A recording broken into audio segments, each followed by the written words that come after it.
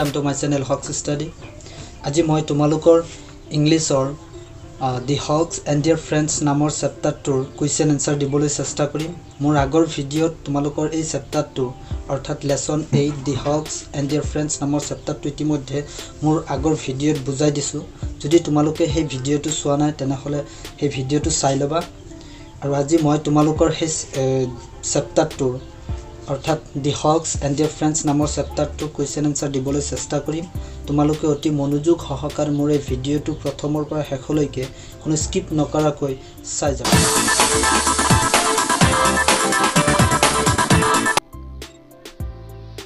কম্প্ৰিহেনশন 1 নম্বৰত দিয়া আছে answer the following questions in complete sentence।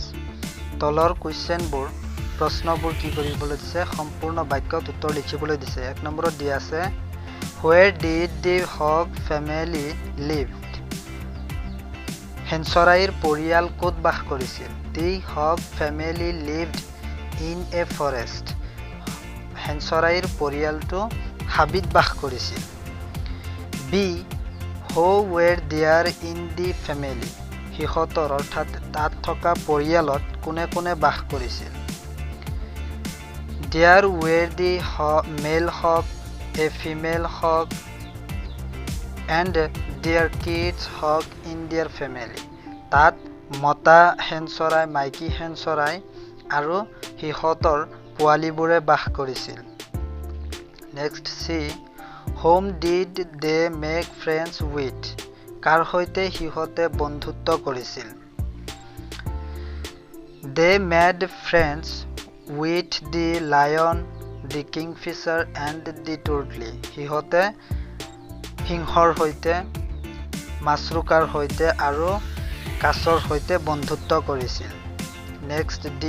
Why could the hunters not sleep? কিয় শিকাৰীবোৰে টোপনিত যাব পৰা নাছিল? The hunters could not sleep because the flies and the mosquitoes disturbed them.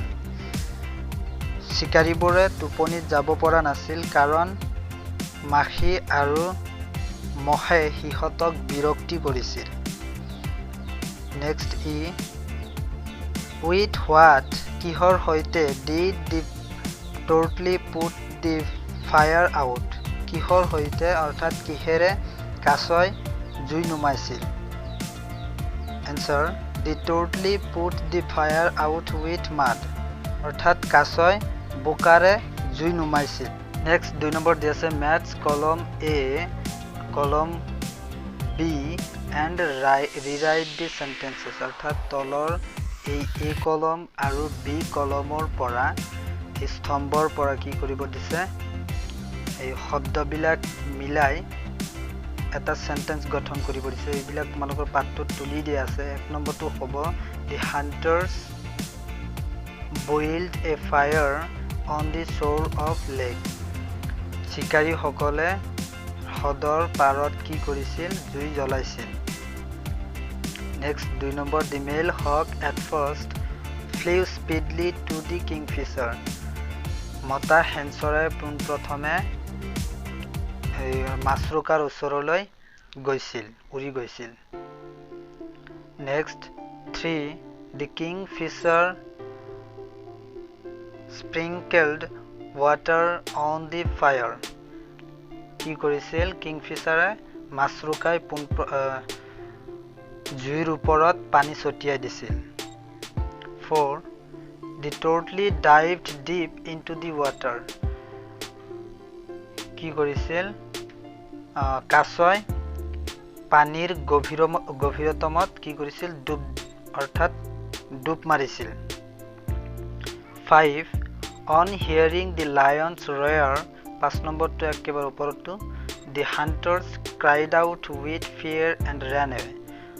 কি কৰিছিল লায়নৰ অৰ্থাৎ সিংহৰ গৰ্জন শুনি শিকাৰীসকলে ভয়ত চিঞৰিছিল আৰু দৌৰি গুচি গৈছিল। মই তলত তোমালোকৰ সেন্টেন্সবিলাক গঠন কৰি দিছো। 1 নম্বৰটো এইটো 2 নম্বৰ চাই লিখি ল'বা।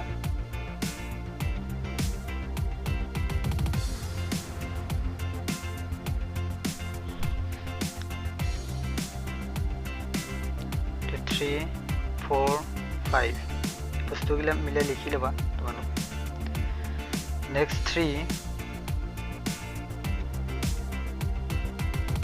কি দিয়া আছে right whether the following statements are true or false তলৰ বাক্য কিছুমান দিয়া আছে এইবিলাক অৰ্থাৎ বিবৃতি দিয়া আছে এই বস্তুবিলাক শুদ্ধ বিলাক বাছি উলিয়াব লাগে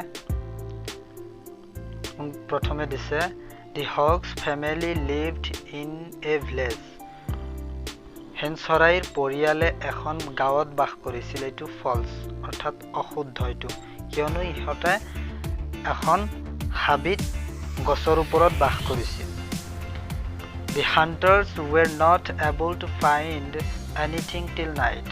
Hunter বোৰে অৰ্থাৎ শিকাৰী বোৰে ৰাতিলৈকে বিচাৰি একো পাবলৈ সক্ষম হোৱা নাছিল এটো শুদ্ধ Next C the bees and snakes disturbed the hunters.